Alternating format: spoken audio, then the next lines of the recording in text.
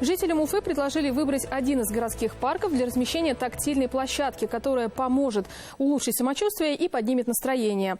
Поговорим о восстановлении здоровья особенных детей прямо сейчас в программе «Интервью» в эфире главного телеканала Республики. Сегодня с нами Алина Хабирова, член Общественной палаты Республики Башкортостан и руководитель центра «Ломая барьеры». Алина, здравствуйте. Добрый день.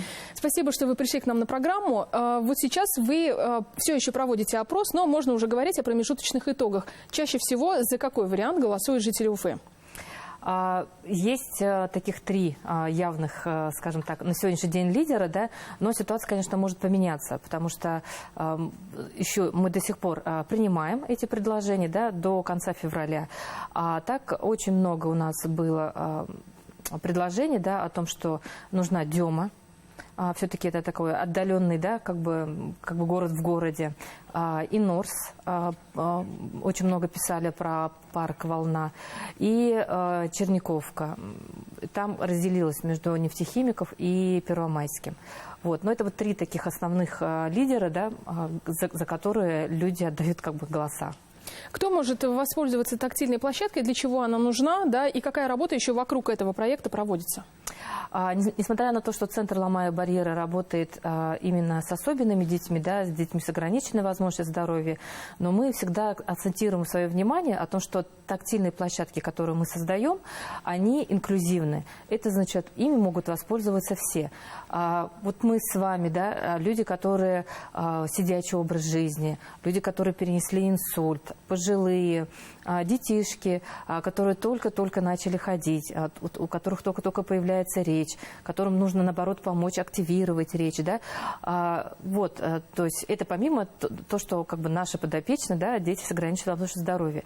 Это такое пространство, как мы вот объясняем детям, да, чтобы было понятно, где можно и нужно все трогать для собственного здоровья. То есть на этом и основан принцип тактильной терапии, когда мы активируем наши точки, и за счет этого у нас там появляется энергия, положительные эмоции, настроение, ну и такие физиологические моменты, как профилактика плоскостопия, да, развитие моторики рук, это активизация речи. Вот. Угу. Мы понимаем, что коронавирус сейчас влияет на всех абсолютно, не только на семьи с особенными детьми. Да? Вот можете ли вы сказать, какая реабилитация им нужна, что в этом плане делается, да, и какие возможности есть у нас в республике? Как раз-таки совершенно недавно, у нас 16 января, закончился опрос среди родителей детей с инвалидностью по республике. С 1 октября он был запущен по вопросам реабилитации.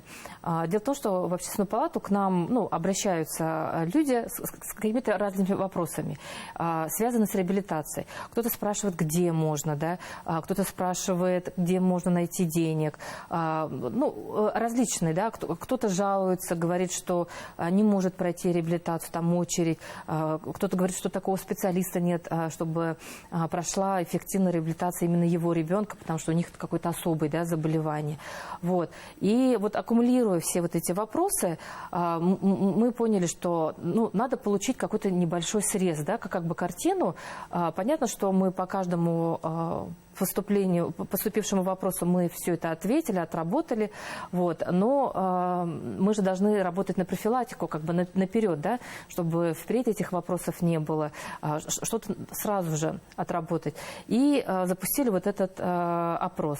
50 муниципалитетов у нас приняло участие в нем, 1385 человек, родителей особенных детей, ответили.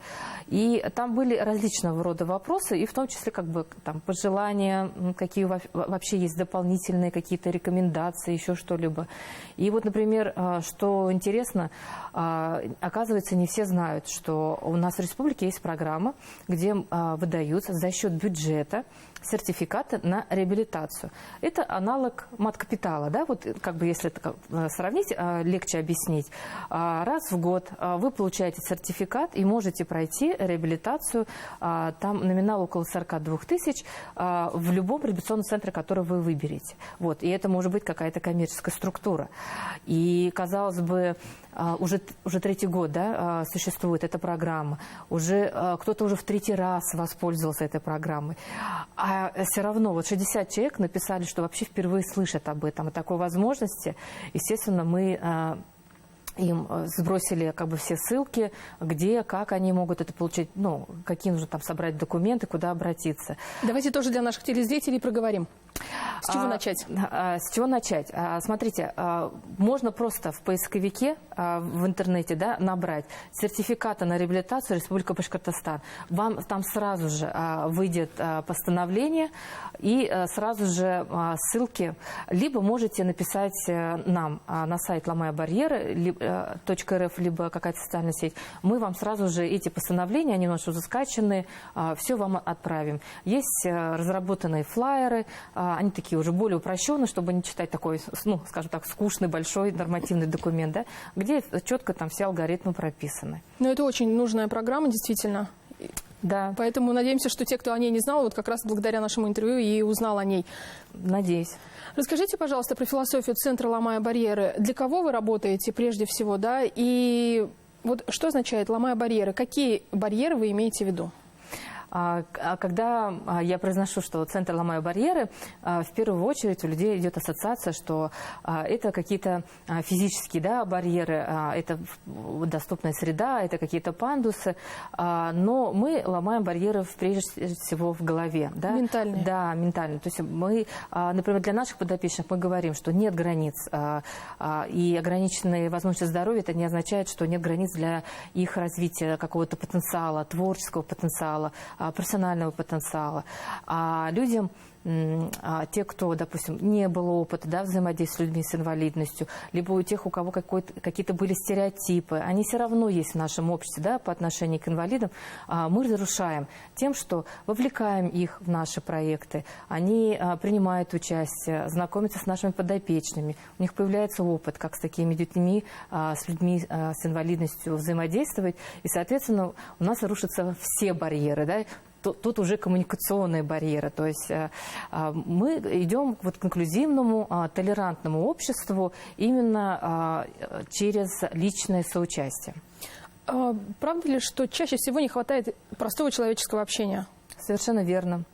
А что оно дает? Вот у человека была эта пустота, у него не было этого общения, да, но когда приходит человек извне, волонтер, будем так его называть, то что происходит в жизни человека с особенностями, да, физическими?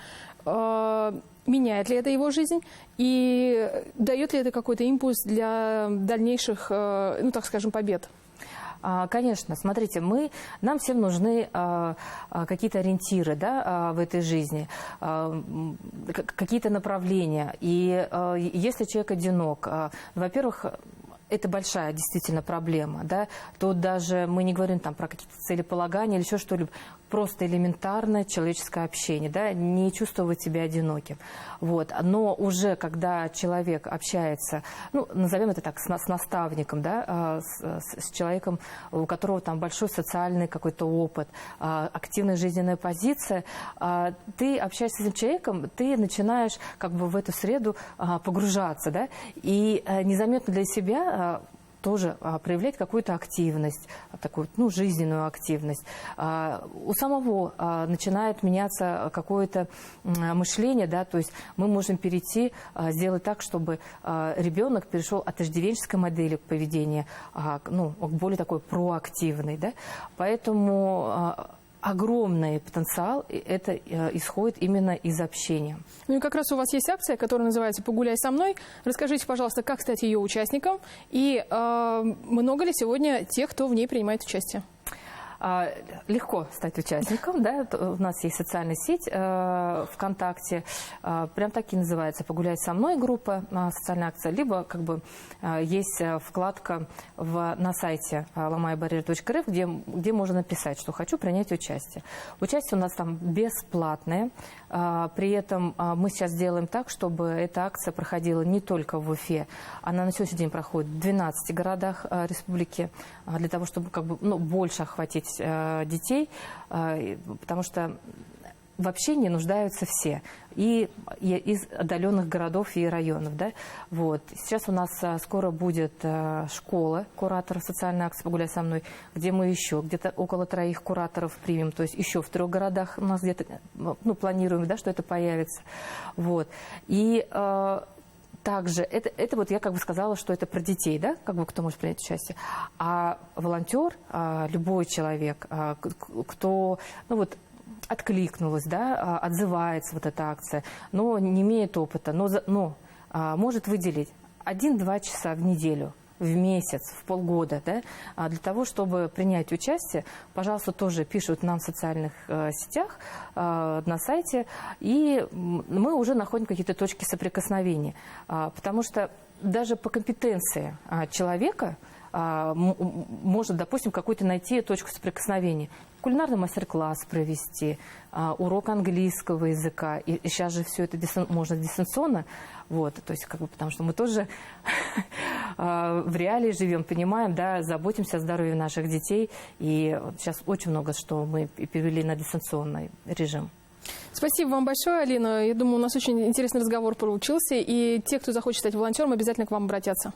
Спасибо большое. Сегодня гостем программы «Интервью» в эфире главного телеканала Республики была Алина Хабирова, член Общественной палаты Республики Башкортостан, руководитель центра «Ломая барьеры». Не переключайтесь, оставайтесь вместе с нами.